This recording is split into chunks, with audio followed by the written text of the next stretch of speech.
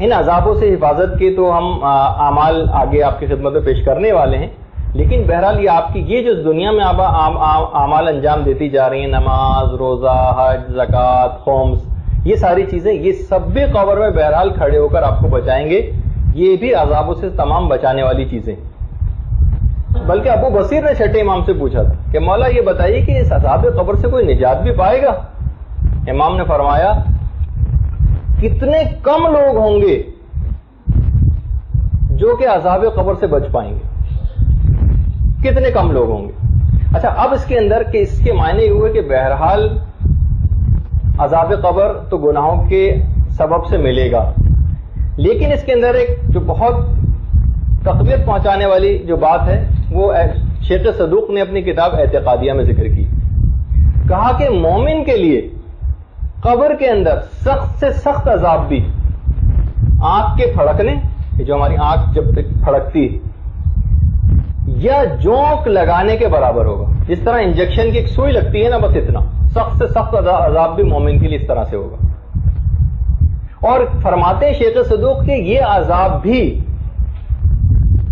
ان گناہوں کے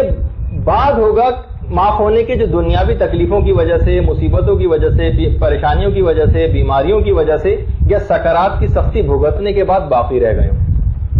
یہ والا عذاب بھی اس وقت مومن کو دیا جائے گا، ورنہ عام طور پر مومن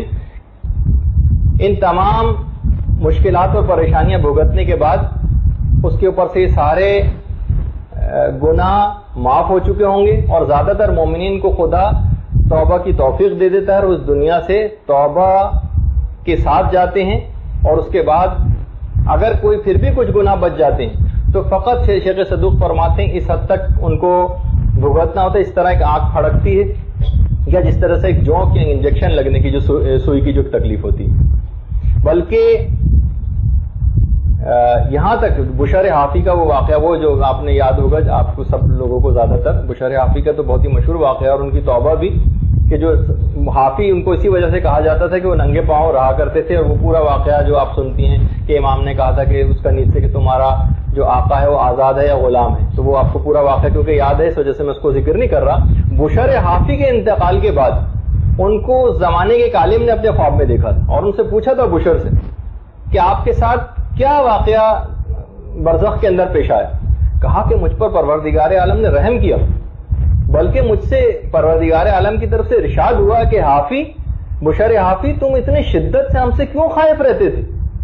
کیا ہم سے شرم نہ آتی تھی؟ کیا ہم کو ظالم سمجھا تھا؟ یعنی بہرحال باقاعدہ پروردگار عالم کی جو رحمت ہے، ایسا نہ ہو کہ ان عذابوں کو سننے کے بعد ایک مایوسی سی دل میں پیدا ہو جائے۔ بہرحال ولایت امیر المومنین علیہ الصلوۃ والسلام کے بعد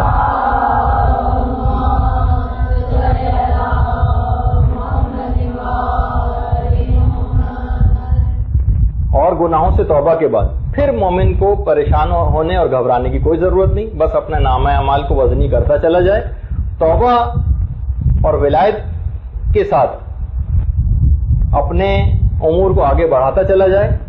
اور بس انشاءاللہ رحمت خدا اس کے شامل حال ہوگی اور اس کو کوئی قبر کے اندر اور برزخ میں بھی کوئی پریشانی نہ ہوگی۔